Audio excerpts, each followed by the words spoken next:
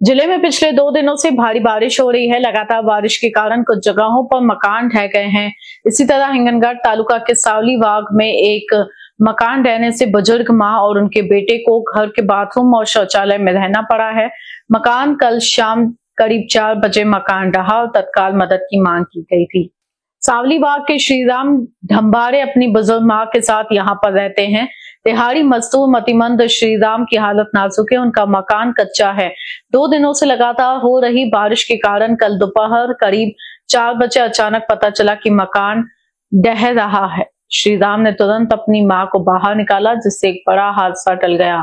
पूरा घर ढह जाने के कारण श्रीराम को अपनी मां के साथ घर के बाथरूम और शौचालय में रहना पड़ रहा है। दोपहर में हुई इस घटना की किसी ने सुध नहीं ली और ना ही कोई मौके पर पहुंचा था।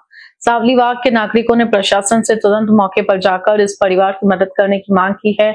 उसने सरकार की घरकुल योजना के तहत घर की मांग की थी, लेकिन कागजात पूरे न होने के कारण देते हुए उसे घरकुल मंजूर नहीं हुआ।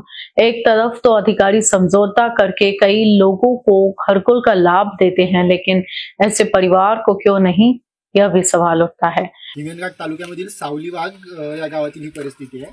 हा श्रीराम डंबारे एक मजूर म्हणून काम करतोय गावामध्ये आणि आज याची एकदम हालाकीची परिस्थिती असताना गावातील जे भ्रष्ट प्रशासन आहे त्यांनी कुठलीही दखल घेतली नाही। दाखव रे इकडे। हे त्याची वृद्ध आई आहे आणि आज या कुटुंबावर बाथरूम आणि संडासमध्ये राहण्याची वेळ आली आहे। बघू शकता आपण। गावामधलं कुणी आलं होतं का? कुणी गावामधलं आलं? सरपंच वगैरे नाही, ग्रामसेवक कुणी आलं का? नाही म्हणतो। मग हे घर किती वाजता पडलं आज तुमचं? आता 2-3 वाजता 2-3 वाजता पडलं। 2-3 वाजता हे घर पडलं आणि आत्ता संध्याकाळचे जवळजवळ 7:30 वाजत आहे।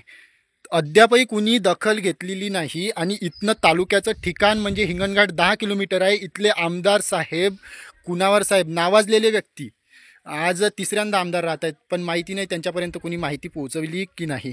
बघू शकता हे सर्व गावातले लोक आहे। सर्व इथं बघ्याची भूमिका घेत आहे, पण आता ही परिस्थिती आता तुम्हीच बघू शकता। बघा किती लाजिरवाणी गोष्ट आहे। आज आपण महासत्ता होण्याकडे चाललोय। एनबीसी न्यूज के लिए हिंगनघाट से रवि येनोरकर की रिपोर्ट।